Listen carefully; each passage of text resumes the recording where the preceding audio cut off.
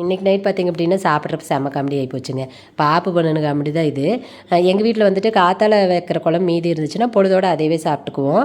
எக்ஸ்ட்ராலாம் மறுபடியும் எதுவுமே குழம்பு வந்து பத்தாதுக்கெல்லாம் வைக்க மாட்டோம். இருக்கிறது என்னவோ அதை அப்படியே ஷேர் பண்ணி சாப்பிட்டுக்க வேண்டியதான். எங்கள் வீட்டில் எப்போவுமே தயிர் இருந்துக்கிட்டே இருக்கும். பால் வச்சு மாடு வச்சு பால் கறக்கிறவங்க வீட்டில் கூட இவ்வளோ தயிர் இருக்குமான்னு எனக்கு தெரியாது. ஆனால் எங்கள் வீட்டில் எல்லாருமே தயிர் இருந்துக்கிட்டே தான் இருக்கும்.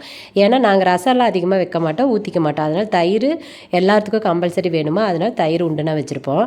காலையில் பார்த்திங்கன்னா பருப்பு முருங்கைக்காய் போட்டு குழம்பு வச்சுருந்துச்சு. அப்புறம் அது கொஞ்சம் மீதி இருந்தது. அதே மாதிரி சோறும் பார்த்திங்கன்னா காத்தால் வச்ச சாப்பாடு கொஞ்சமாக வந்து மீதி இருந்துச்சு. ஒரு 2 பேர்த்துக்காகும் அந்த மாதிரி இருந்துச்சா. பொழுதோடு அப்புறம் 1 டம்ளரோ 1.5 டம்ளர் என்னமோ போட்டு சோறு வச்சாச்சு. ஃபஸ்ட்டு சுடுசோறு போட்டுக்கிட்டு அப்புறம் பத்தாதுக்கு மறுபடியும் காத்தால் சோறு போட்டுக்கலாம் அப்படின்னு பண்ணியாச்சு. பாப்பா என்ன பண்ணிச்சு, நாங்கள் போகிறதுக்குள்ளாரே அவள் குழம்பெல்லாம் ஊற்றுனா. அவள் உண்டுனா குழம்பு ஊற்றிட்டா. இருந்ததே 4 கரண்டி தான் இருக்கும். அதில் அவளே 2 கரண்டி முழுசாக ஊற்றிட்டாளா. அப்புறம் மீதி 2 கரண்டி எப்படி எல்லாம் நாங்கள் 3 பேர் ஊற்றிக்கிறது.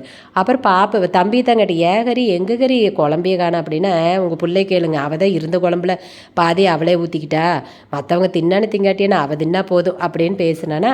அப்புறம் பாப்பா வந்துட்டு, அம்மா நான் கொஞ்சம் தாங்கம்மா ஊற்றினேன் அப்படின்னு. இது எங்கேயே வட்டல் காட்டு அப்படின்னா, வட்டல் அவ்வளோ குழம்பு சோறு துரிவுன்னு இருக்குது, குழம்பு அத்தனை இருக்குது கொல கொலன்னு. அப்புறம் பேசினேன், ஏன் சாமி அப்படி இல்லை, எல்லாத்துக்கும் வேணுமில்லகன்னு ஆளுக்கு ஒரு கரண்டி தானே ஊற்றிக்கணும், நீ என்ன இத்தனை ஊற்றிட்ட, சரி பரவாயில்ல ஊற்றினா போச்சாது, இன்னுமேட்டுக்கு இப்படி பண்ணக்கூடாதுங்கன்னு நீ அப்போ இன்னும் சோறு போட்டுக்கியான்னு கேட்டேன். ஈனா அப்போ ஒழுக்கமாக இதுலேயே சோத்தை போட்டு தின்னுக்கோ, இன்னொன்று இவ்வளோ கொல கொலன்னு இருந்தால் அது சாப்பிடவும் முடியாது அப்படிங்காட்டி சரின்னு மறுபடியும் அதிலே கொஞ்சம் சாப்பாடு போட்டுக்கிட்டேன். அப்புறம் மறுபடியும் துளி சோறு போட்டு தயிர் ஊற்றிக்கிட்டா.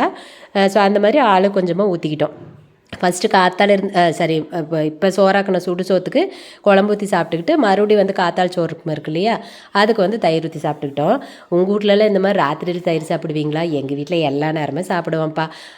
நாங்கள் வந்து எப்படின்னா எல்லா நேரமும் இப்படி தான் குழம்பு இருக்கணும், ரசம் இருக்கணும், அப்புறம் பொரியலுங்கிற பேச்சுக்கே எங்கள் வீட்டிலலாம் இடம் கிடையாது. வெறும் குழம்பு வச்சா தயிர் அவ்வளோதான். இல்லை காய் வணக்கிறப்ப மட்டும் இந்த பீட்ரூட்டு கேரட் பீன்ஸு இந்த மாதிரி காய் மட்டும் வணக்கும் இல்லையா, அந்த அன்னைக்கு வேணால் கொஞ்சம் ரசம் வச்சுக்குவேன்.